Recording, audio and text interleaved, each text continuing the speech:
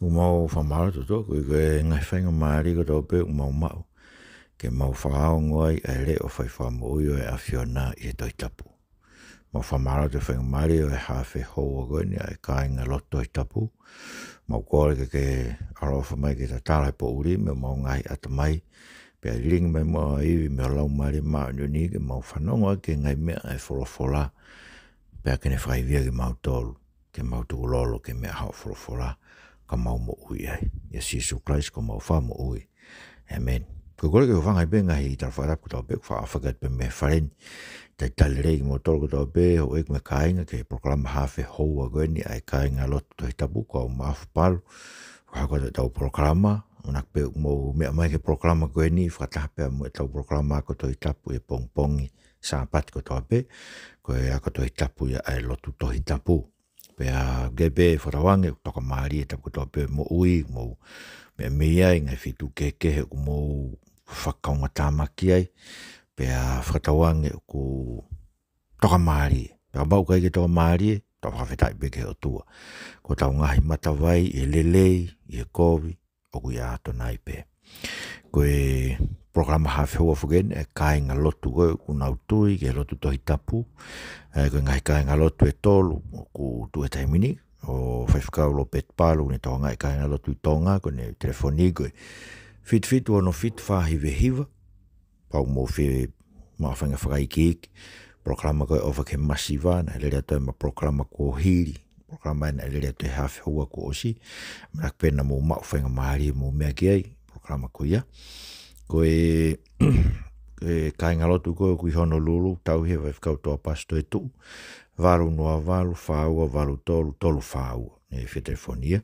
Po e kāinga lotu koe ni seneni, ko tau he au, mo whakau Alexani Tare Motua, whakau Ben Leakona, ka maa whakau Steven Faupula, ko whetelefonia aku koe noa whaua wha, tahani ma wha, noa ni ma valu. Kage, koe ngai whika whitu takpe, pao ke whikau ke proklama lotu, e tu whatokoni ke kaumasiva o kuwhai e he ngahi kāinga lotu koe ni e lotu tohi tapu. Ko hiumpe hoke tau whainu hino ai lotu tohi tapu koe hi he kua afe ai ngahi siasi me tohi tapu. Pau mahu e ngā bitu. Nā hanga barofeta futa helu he ngahi tau koe o whukotu ai whai ngā ako koe ne whai koe a tenisi sokolotesi ma kau filosefa koe ako une whakahangai ai mea kotoa pe.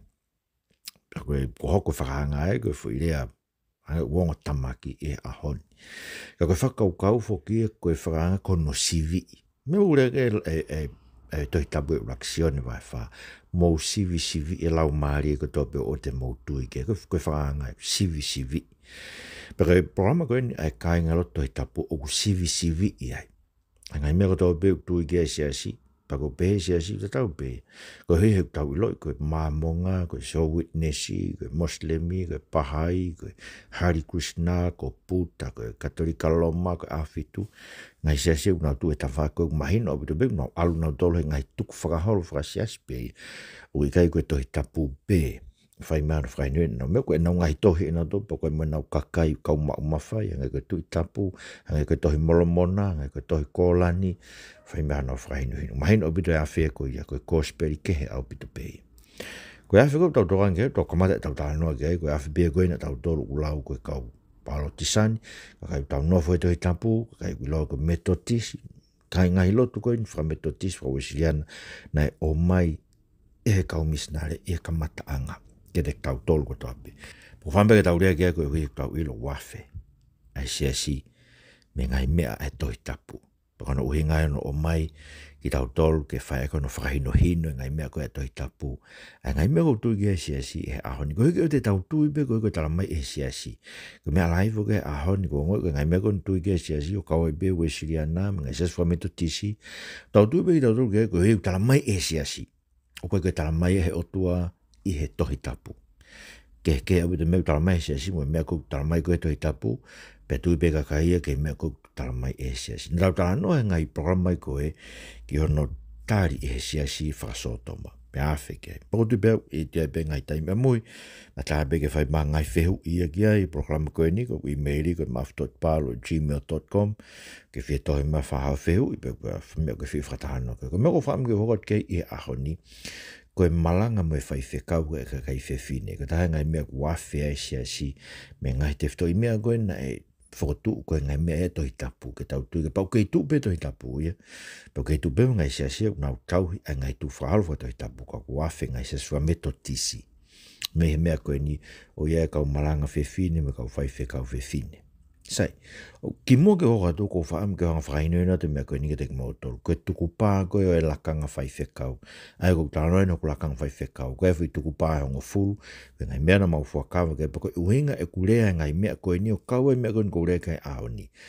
Ai malanga me whai whekau kai whini. Koe hika taha koe whenga ke whai mo oni ke tuku pā e lakanga whai whekau. Koe raki koe tupaho noa, tupaho ngo fulu, koe ua nima moe ono, ko whaam ke tohange koe mea ko mahu inga ia. Tupaho noa upe, o ke tui o ulahi to he tapu o whiunga anu ngahi ako naki, mo te mao e mo i tae ngata, i he tui ki a Sisu Kraisi, pere ke whai me to he tapu, ai ako ne kina e ka kai, kua tuku ke tauhi, pe o ke whakapapau mai he kai te whakatu ha ako naki ke whai kia e ka kai ka nau mo ui, ka koia pe o kuala whakamaoni ke me to he tapu, pe koe tari, o kou tui pehe, pe o kou whakapapau ke whai o hange ko ena, i e tokon mai ato. Ai koe meno kou whakapapau ke na whakapapau, koe to he tapu whiunga ia, ke whahino hino ke ka kai ka tope, he kai te uto e ako ne kina hame ake, tuku ke ngai mea koe, whainuna e toi tapu, pea e kai te whotu ha mea ke mui ke ka kai ka nao mo ui ka ngai mea pe kou tui ke toi tapu. Ai ko mea kou whai he programa koe ne lo toi tapu, kono whakamana wahak, kono whakamo ui, e ngai mea kou whotu mea toi tapu, ko hei koe mea na tuku pāke. Ko tuku pāro ni mau pe, ke mo whakapapau mai te mo whai tokanga mo ngā ue, e malanga ke ngai toka te rine, e whai sa karmeni di, me whakamau e siasi, o tāo me ngai tūtu uni akalaisi, koe tari, te whai pehe toko ni mai eki. Aia, koe konga koe ke no whakamau e siasi ke tatau me ngai tūtu uni akalaisi. Ko mea whai programa koe ni lo toi tapu, kono whakamau e ngau e siasi ke whakatatau ke ngai tūtu uni akalaisi e toi tapu. Tupāno no pe. Mo whakamau mai ke lama e hu mai ke siasi ngai ianga me ngai tokateri, kai hoa mai whulawhula pe ka kua, ea iha mea pehe, te mo ngau e ke ta ofi, o i kai i ho mō malanga pe, ka e tātarai whare whoki, o ko mi whainga maare ke whai tō pehe, ke ngai lau maare o kumahaki. Pa koe tari te whai pehe e tokon mai a eiki. Sio, ega ngai mea, ko whapapau ka hou mai ngai toka te rinta e hoa me wholofola. Ki he siasi, te ulea, ke mpea ngāu e malanga me tātarai whare, ke taofi ke ngai mea koe. Ko whotu rewa ko whai pehe. Koe malanga me whai whekau e kai whiwhine e siasi, koe toka te rinta ta e hoa e me wholofola. Aia koe tau whakotu urewa peheni. Koe malanga, moe whai whekau, koe mea ia e kau tangata lotu pe o e siasi. Ai koe tau whakotu. Sai, koe historia e mea nfoki, ai malanga moe whai whekau kai whina, to kamat pe tau taiwa valu. Hiri e tau e te au ono ngofuru maua e whanonga e siasi e tohi tapu, pe a mawahe senturi kolo ia, moe konga koe e tō kai kolo, hau mea mo i fo ou, na te kai peke malanga kai na maha wahe na tolu te kai ke whaiwi mea koe ni. To ke whaiwi mea koe ni te valu. Ai tāri e wesiri ana koe hui ko tāri ngai me to tisi muri, a whekau me malanga ai ka kai whewhine. Sai, ko hono manga tu unga whakatohi tapu, o koe lahi tahai, a wakti moto vai wa vesta tāke tani. Mna sa ki tohi e nei whau, me meka kau whewhine ko tō peo e siasi wesiri ana i haon, na nau kau he whau ki tohi koe ni, nga nau tohi whaina tōna ki tohi o mio i ake i tāno ke na paula rakti motu ai wawe e stātāke tāni ma koe uhi ke ata e na whai whikawhi no pena tō koe uhi ngā paula mea koe uhi ngā ke a tohi tapu aini o whamatala atu na no tō mimi pa kou tui koe ki tohi koe a koe te whamau e ki tau tō kātoa e rea mai ki tohi o whakamooni ke nau mimi o na nau si ilo minu mea koe ni ka na ranga tolo mimi o mea koe ni koe uhi koe nau whietalanga tāpea na tō me nau whiemao lakanga na whiemao whainga langi koe ni koe ngai mea ko tutune tohi tapu koe mea e matua tangata ai malanga mo e whai whekau whai ako naki mo e pūre whanonga e koe lau no ki motu vai wa vesta tāke tāni ma koe mea whiwhine ke tari pē ai ako naki whakalongo pē mo whakawai ai pē ka koe whai ako naki wikai te utuke whiwhine umaha e pūre ke tangata ka ke no whakalongo pē he ko a tama nei fo ngauhi ka ki mui a iwi. Ka mana I ka ioloa a tama ka koe ka ia ai whewhine o ne toi ke whaihala. Ta kono hala ke mo ui o fau e whai whanau. O ka baude nofo mau I he tui mo e ofa mo maa oni o mo e whakamau mau. Whawhara tonu tau e ki whawhita I ki to. Ai kura ti motu mai wai ve sa tāke tāni mako whambe ke mou lau. Nā e whewhina e tohi maka te au e nā koe si a tau tai tohi mai ni umalanga pa kone tohi mai ke tokonya ngeni bau tohi pau ke tāngei. Lau ngai wakti motu mai wai ve sa tāke tāni ma tohi mai ta mai ka ko uingai ke tahi ai tōri mau. Pa tohi tānge pe nani lau pa wakti motu vai uai nani lau. Ko ui he kure ai ke oua e malanga ka kai whewhine pe te nau pūre. E tangata sai. E ngai mea whaa ui ni ko mea whewhine ko e tāri a konaki. Whakalongo pe mo whakawai ai pe.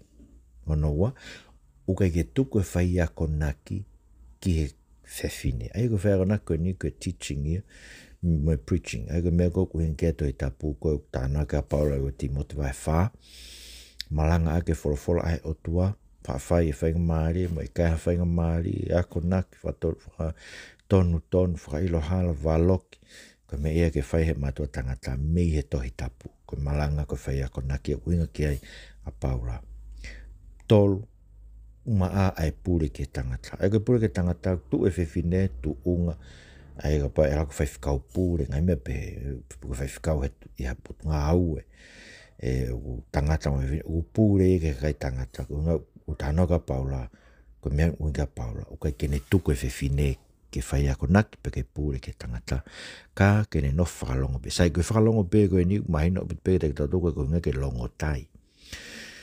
O atake whewhine ke lotu, pia mo malanga pala ofisai. Tu ki lawi ke anayanga, koe mea kumitala ke a paula ula krinto vai tātaha, ke aiho ufi hono ulu, ataha uta pe kene take lotu hufia, pe kene take koe proklama lotu koe siasi, sai abit pe nof pe ai. Pia mo malanga pala ofisai. Ko malanga pala ofisai, ke hea bute me malanga koe tau me whai ako ne. Malanga pala ofisai ia, koe fuirea ia, moritoni, o nehanga whakarea ai uhinga koe te rea ka mea whakaha me o to.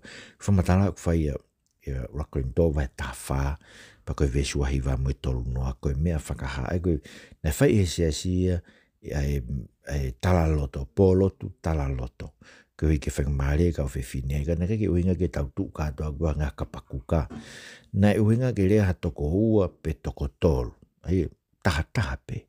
Pakapau nofa tahi laro kua ni beana ke rea pe tu hake i whanere. Ka nake ke uhinga ke tau tuk hake pe o whangafu kapakuka e ahon me kon tau whanonga ngai whailu. Sai koe uhinga lewa koe ta ofe ka i whewhine mea koe ni. Alu le vai ke whakatupu. Ako ka uhinga ni koe mea nai hako pe ai e wheso pe ko whe me tamahe ni e to kai whewhine ne kai ako ina. Mora ke ma uhinga e toi tapu ia ke whakatupu. Ko a tama nei fuafua ngauhi. Pe ange ke a tama wholofola e o tuai. Ke te ke kai mea kau koe ni, a te ke kai mea i te ke mati. Ai e benai uhinga au no ave ke a tama e wholofola koe ia ke ne ako i whewhine. Toki ngauhi ki mui a iwi. Ano wai, mani leu ke te tau tolai ko iwi ton ke whakaongo ia ke a tama. Whakaongo ai whewhine, tari ako naki pe mo whakaongo pe ke mea ko whahino ia ki ai e a tama. Kono tolu, neke ke o loa a tama ko whewhine. Nena ton ke hau e ngata ke whewhine o whakawheu ke pehange ngata. Aluma ka a tama. He koe ina neang koe whai ako a tama. Koe o ange ke whorofora ka tu whokia o whamatala. Sai koe ne tu ana ko tala noa. Koe mea na e hoku tau tō kata ke hangala aho ni koe na e o loa. Pa kono whaa. Koe ukaka ia ka ego koe whewhine whono e ukaka ia koe nini toi. Ego ukaka ego uhinga koutu ko uhinga paula ki ai o pehen. Ko uhinga hena whakauka whewhine koe bento tonu anai ke tala noa ke ngata. Na kei neongo e koe na nofo koe ngō e angi ke tangata. Ko ia koe tokoni ke tangata. Na ngauhia ke tokoni ke tangata. Koe ke ao mo ke tangata na tuke whatongia ke tokanga e ngō e mga mea koe. Aina dun ke ntalange ia ke tangata. Siange koe ham koe ngata hu mai ke ngō e anga. Na dun ke tokanga ke ta awhitu a ke ue. Ngai mea pehe. Ono nima. Koe hanga hala koe neongo ia, koe hanga hala koe a whewhine koe pe koe hanga hala a atama. Loma vai ni mai vesta hawa, ulau pe hanga hala koe ni koe hanga hala a atama. kono no tala mai be paula hen ko hala ke mo ui ka fefine fo e fai fana o ko winga ke pe ko fa ele ko ka fine ta mo e ki na fa mo e na to ui ka ko fa ka ko tu ke fa ko ni ko winga he ko na fo mai e na fai fana ai fa ko be paula ke me ko na tala ge ya senes va tolu vestanima na fo mai e fai fana ai fefine ha whaka mo uio mamani kene whātau whamai ko i kosi suklais ko e hako ia fefine na ne laike ulu e ngata. Kono fitu, ono mau he tui mai o wha mai maa oni mo e whakamau mau. Ai ko mea mau inga i ke nofo maa e fefine i he tui, ofa, maa oni mo e whakamau mau. Ai kono uinga ko nganga e fefine whaka otua e nofo se. Sei, wherever ngai whaka i kai. Te hau ko ngai mea ko nip ke i arorope a honi.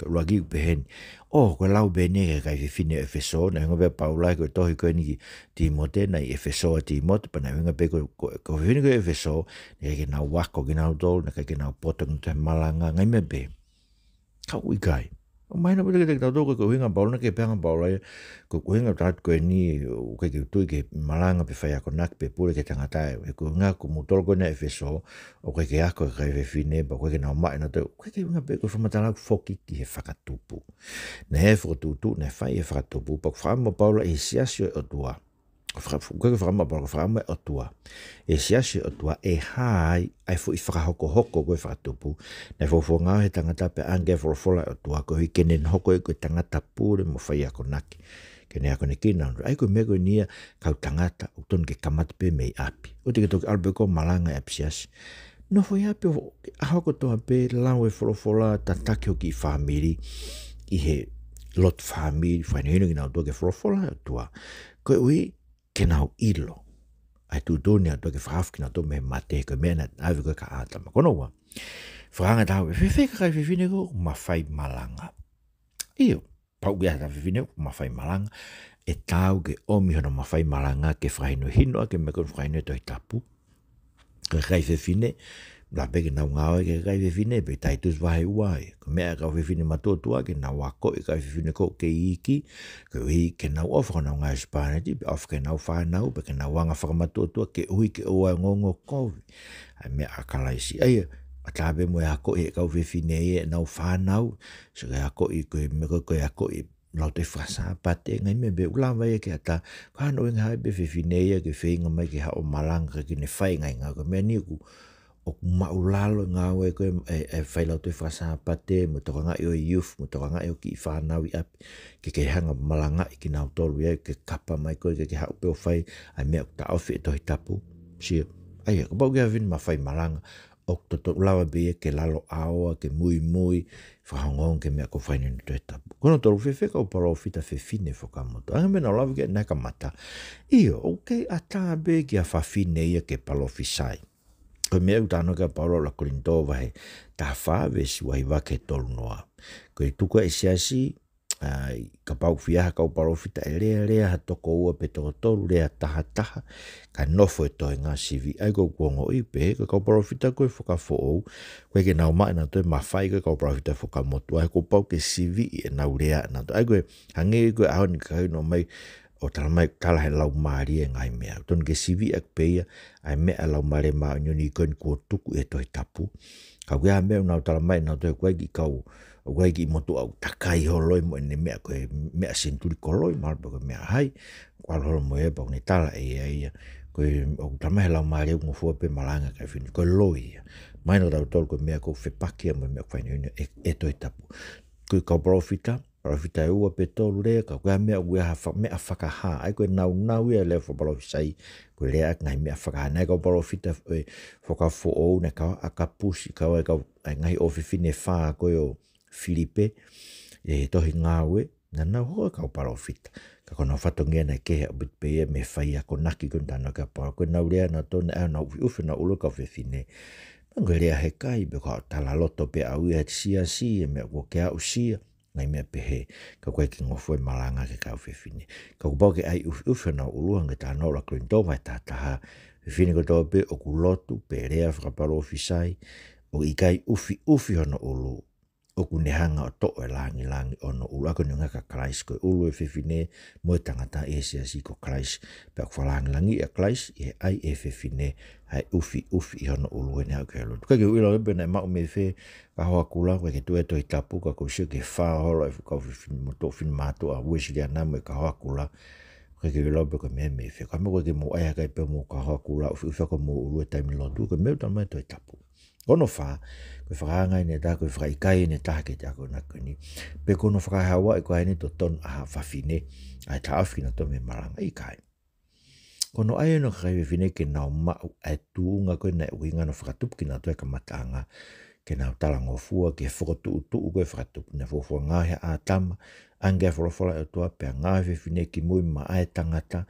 ke tokoni ko ao mo tangata sio ora ke fine te min ala ki pure pe aki taki pangero ko mo kai tangata iso frasi si ai fatongia ko kai tangata ana ange o to ai fatupu e wanga ve fine ta mo lo ke toton fra o tua ko e ka tangata se sina toton ke na tu ha ke tatake se si e fai ko nak me fai fe ka ko na tu ha ke na tolo fai ai wo ke fra hawa ni toton ka ve fine ka kono tu hanga na ndo ke na fai fe ka mo mara una ka moloke na to mo whakai haua ai to tonu ai kau tangata koe oi se asi na tonu ke na tua ko whai whatongia kono nima koe whai kai ko whai ke lau kone toi tapu e lawa ke ui hawe whine ke ngai whakalotu koe tari iyo e lawa de leipe kene hoko koe whai ako ke kau whine ke he no ana i programa la toi tapu me kau whine ua kene hoko koe whai ako ke whanau tau whanau, tohi palo vepi, tu e whine mono mari, na whakatau whai ako ke na ki whanau,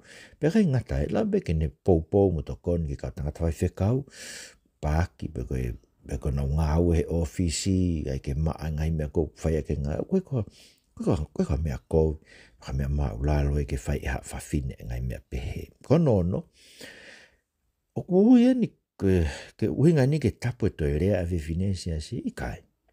Ngo fua peke loto, mena tau lawe ke nei me roklin tō vai tātā, ngo fua ke ne lea tala loto, pene tu orea he kai ka kupau ke ai ufi i ono ulu, ko hea ko nakia e toi tapu. Kono hoko, whewhe, ka whewhina ko mere maa ki tala, ko ia nei laki hāga e kipe nei alue me ngongo e toi tuu. Mea nige ke tau behe, o ton ke whakatonu hea e be, nei hae e kia, ka mere maa ki tala, pe alu me ngongo e toi tuu, tala ke ka apostolo, pena kai ke tui ka apostolo ki ai iyo. Kai matu ne kai ke whiri e whanofo e kia ha whewhine ke la kanga whaka apostolo pe whaka whai whekau. Se tai mwena nau hao ke whiri e whetonko si utasi a ngā waraki vesua tāmeu oana nau whiri haongo tangata toko. Ai na no mono peke siasi. Na maina beke se si ko te toi me una fai ko kau tangata pena ilo be ka fefine na be ka fefine na nau kau he nofo ko loki o lunga lotu kau to te wa no ko na nau nofa lotu na kau a mere fai si su mere fai se ne ma ke ma kau fefine ke hepe mere maktari na nau kau be nofo ko ka ne ke ga ta na do na holi ke la ka fa apostolo pena ka ke feeling na do le ai ko la ka apostolo na es mahino be ko ngai la kanga ko ni ko la kanga ia ko kau tangata be si ai na foto ki na toke kono hoko fe kaulahi whanonga fe tana ni pe ia ko mea kono ko whamatala te au hala e ko fe kaulahi e fe kau koe ia mātiu wahe wa walu vesi taha walu ke wanoa ke muoki mamani ko fe kau ia koe ko fe kau whai ke kau ki ka kai ko tope i kai. Na whai me ka tangata apostolo to kong furu mataha koe na nau iai. Pena e tala ke nau wako i haka tangata ala whalala anga. Ke nau hoko te whatongia koe. Ai kou tala e te paura i ura. Hoa ti mo te wahe wa vesi ua. E haka tangata ala whalala anga. Tangata nau maa e kosi suklai si pe hako i nau tolu. Ke nau hoko atu. Ai lakanga. Whaka apostolo. Whaka whikau kono malangai. Wai whola ai otua. Kono hoko. Hale o mea whai ka pau. O te lakanga malanga ki pe whai whekau, koe whewhine ki ta si. Mo mea koe tahe parema a ni he whakau kai kai whewhine ia, o tau ngāu e o tau whakamo ui, pa koe fui ngāu e topu tapu koe te tau wala whai ke mau tau whakamo ui, koe te whai whekau. Mo seke he tau he lahi o whai. Koe kia ngāu e topu tapu angi e toi ngāu. Koe fui ngāu e koe ngāu e o tua whamtarkia a sisu koe sione wahe ono, we siwa walu mo e wahiwa koe ngāu e koe ai o tua koe tui ke eiko sisu kraisi. Paka whailonga tō tāpu ngā ui ai otua ni mo, o tui ke wholofola e eiki, tui ke wholofola e otua, wholofola e eiku si suklaisi. Paka mele hoko, tene whakafoki e no laka ngā ke siasi. Mahu inga nge te ia, ke ne talangofua ke whinangalo e eiki. Ie ne nofo i pe me fulaka ngā, pe au hia tōki he, koe uia ko mea ko whema e eiki. Aini kou tānoa kia māti wai fitu ve sua tāke wa tō, kai koe e pe kulau mai e tene uke puranga he wani.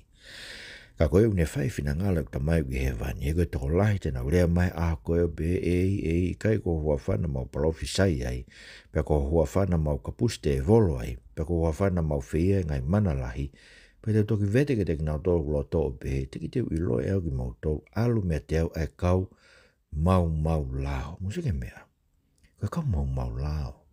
Mau wholofola, neke nanauri ake na toi wholofola. Au koe koe koe mahu inga koe ke mahu inga malanga palofi sai, koe ke mahu inga kapuste volo, koe ke mahu inga whaimana, koe me tarano ia luke, ke kaina nau kaimoe eiki, ke kaina nau whanongo he malanga ai eiki, e koe lau wholofola, koe ke mahu inga, me mahu inga, ke tau whanongo ke wholofola e tua, tau, he fua aki tau tolu, whamau ki tau tolu pena tau ofa ke ngai lao koe.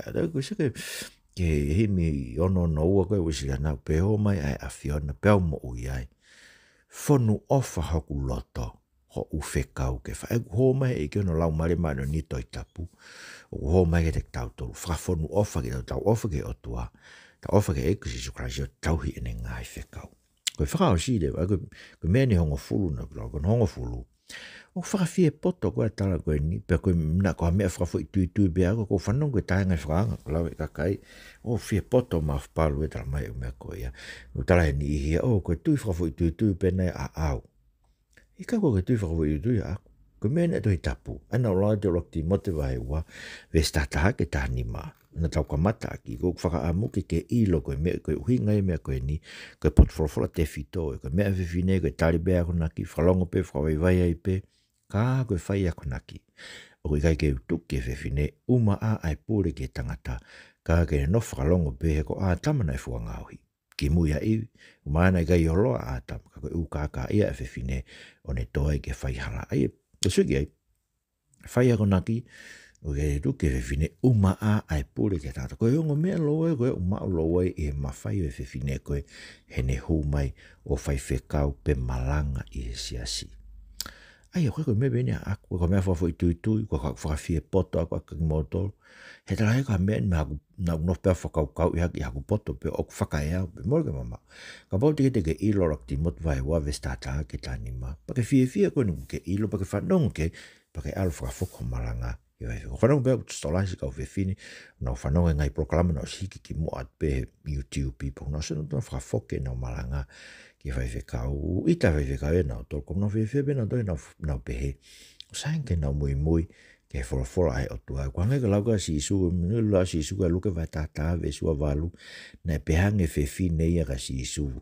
I he monu ia ka koe manawa koe na whanau ia koe, pea moe whatawhata na whahuhu ai koe, pa pehange rewa si isu ia. I kai, monu ia ai o whanong ke whora ai o tua. Pea ne tau hike. Koe ni ke whanong ke whorofora e toa a koe kai whiwhini, kai tangata, mo whanong ke whorofora e o toa. O monu ia ke nao tolu e whai ki ai. Sai, koe halewa makatunga na e tāri he siasi e mea koe ni, e malanga me whiwhika kai whiwhini, makatunga na e tāri. Koe makatunga tatau tof pe na e tāri e whakasotoma. Koe ngai uinga tatau tof pe, kula kiu pen. O, kulahi ngai whakauhinga e bot whorofora koe nipa koe ki tau ke ilo, topo haide tau tui ki ai. Ika ai. Oi mon be ulahi ngai whakauhinga e ka koe ke tau tui to ke whakauhinga. O tau tui to ke toi tapu. Ko hi ka mo be to toi tapu ke tau sivi i mei ai. Pe o tonu ngai whakauhinga pe kai. Kai me ngai whakawhehu i o ku whai ngai me be. O tau mai ulahi be whakauhinga pe heke uhinga ke tau he ai na to ke lai whakauhinga. Ta tau be ke whakasotoma, ngai poto whakauhinga whakasotoma, pe ke poto whakauhinga koe ni. Ok, tu pe, te rau be to foke po toi tapu. Ke whai nihinu ki tau tolu, ai mea ke tau tui ke mea tau whai. Kono wa, be ni hia, o ke he kuonga tau iai me toi tapu. Iau ke he beo koe tau wafe fiha en wanima, ka koe natula koe tangata natula nghala tangata kei tu ma upe. Koe uhinga rea toi tapu ke ngai mea koe ni, ke whai nihinu ngai mea koe ni, koe ngai mea tene toko ni ki tau tolu ke whakahoi fua e tau mo ui. Kia tau o tua, he koe kau ngahala ki tau, pai tuangi tau tume toi tapu, te tau hange peko me kon fōe se tau he, tau whanongo tau toki kau palofita loi, ke nau taki he i tau tō. Kono tolu, ke he toko ngai whehu ia me ngai isiu e ahoni. Iyo, ke he pe ngai whehu me ngai isiu e ahoni ia koe, AI mai hafua, ka koe. Te tatau pe o tua tatau pe ne toi tapu na rea I mua ka Moses. Ko he pena e rea ke kau parofita, ko he pena I hoko mehe e kasi sukraisi, pe rea I he kau apostolo na hiki tohi. Ai fua ka fo. Ke he pe kua ngai, kau tu mau be o tua, tu mau be ne folofola, tike ke more ne folofola, pe ngai whaine. Sai ko hare me de e whaita whaaspe. Ko mea e wha ua ki, whamama whai e whatongia ako e whanau e api ke whatongia mamawhai ke kau whewhine. Tāno ke apalowe pi ua. Whamama whai e whatongia ako e whanau I siasi, ala toi whasāpate, ai ako lotu, ai youth, ton ke whai he kau whewhine ako I e wholofola. Whamama whai e whatongia ke ako I e kau whewhine ke he. E mea utano ka taitus wahe ua, ako I he kau whewhine ke he. Pe au ke matua tangata, ke nau tu hako take lo do ko huma kai ve finei ke fareitia kai tanga ke nau tu mai to take tau me e to koni mai ke fa fokio sia si ke forfola amen marabe mo me mai mo me ha to fa